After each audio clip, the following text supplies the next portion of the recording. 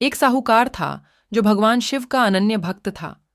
उसके पास धन धान्य किसी भी चीज की कमी नहीं थी, लेकिन उसकी कोई संतान नहीं थी और वह इसी कामना को लेकर रोज शिवजी के मंदिर जाकर दीपक जलाता था। उसके इस भक्तिभाव को देखकर एक दिन माता पार्वती ने शिवजी से कहा कि प्रभु, यह साहूकार आपका अनन्य भक्त है। इसको किसी बात का कष्ट है तो आपको उसे अवश्य दूर करना चाहिए। शिवजी बोले कि हे पार्वती, इस साहूकार के पास पुत्र नहीं है, ये इसी से दुखी रहता है। माता पार्वती कहती हैं कि हे ईश्वर, कृपा करके इसे पुत्र का वरदान दे दीजिए। तब भोलेनाथ ने कहा कि हे पार्वती, साहूकार के भाग्य में पुत्र का योग नहीं है। ऐसे में अगर इसे पुत्र प्राप्ति का वरदान मिल भी गया तो वह केवल 12 वर्ष की आयु तक ही जीवित रहेगा। ये सुनने के बाद भी माता पार्वती ने कहा कि हे प्रभु, आपको इस साहूकार को पुत्र का वर देना ही होगा, अन्यथा भक्त क्यों आपकी सेवा पूजा करेंगे। माता के बार बार कहने से भोलेनाथ ने साहूकार को पुत्र का वरदान दिया, लेकिन यह भी कहा कि वह केवल 12 वर्ष तक ही जीवित रहेगा। साहूकार यह सारी बातें सुन रहा था, इसलिए उसे न तो खुशी हुई और न ही दुख। वह पहले की ही तरह भोलेनाथ की पूजा अर्चना करता रहा। उधर सेठानी गर्भवती हुई और 9वें महीने उसे सुंदर से बालक की प्राप्ति हुई। परिवार में खूब हर्षोल्लास मनाया गया, लेकिन साहूकार पहले ही की तरह रहा और उसने बालक की 12 वर्ष की आयु का जिक्र किसी से भी नहीं किया। जब बालक 11 वर्ष की आयु हो गई तो एक दिन साहूकार की सेठानी ने बालक के विवाह के लिए कहा। तो साहूकार ने कहा कि वह अभी बालक को पढ़ने के लिए काशी जी भेजेगा। इसके बाद उसने बालक के मामा जी को बुलाया और कहा कि इसे काशी पढ़ने के लिए ले जाओ और रास्ते में जिस भी स्थान पर रुकना वहां यज्ञ करते और ब्राह्मणों को भोजन कराते हुए आगे बढ़ना। उन्होंने भी इसी तरह करते हुए जा रहे थे कि रास्ते में एक राजकुमारी का विवाह था। जिससे उसका विवाह होना था वह एक आंख से काना था।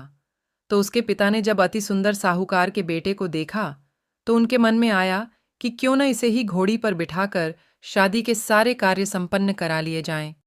तो उन्होंने मामा से बात की और कहा कि इसके बदले में वह अथाह धन देंगे, तो वह भी राजी हो गए।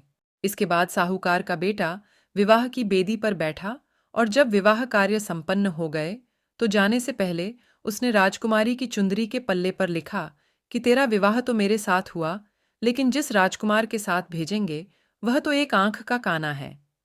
इसके बाद वह अपने मामा के साथ काशी के लिए चला गया। उधर जब राजकुमारी ने अपनी चुनरी पर यह लिखा हुआ पाया तो उसने राजकुमार के साथ जाने से मना कर दिया। तो राजा ने भी अपनी पुत्री को बारात के साथ विदा नहीं किया। बारात वापस लौट गई। उधर मामा और भांजे काशी जी पहुंच गए थे। एक दिन जब मामा ने यज्ञ रचा रखा था और भांजा बहुत देर तक बाहर नहीं आया तो मामा ने अंदर जाकर देखा तो भांजे के प्राण निकल चुके थे। वह बहुत परेशान हुए, लेकिन सोचा कि अभी रोना पीटना मच आया तो ब्राह्मण चले जाएंगे और यज्ञ का कार्य अधूरा रह जाएगा।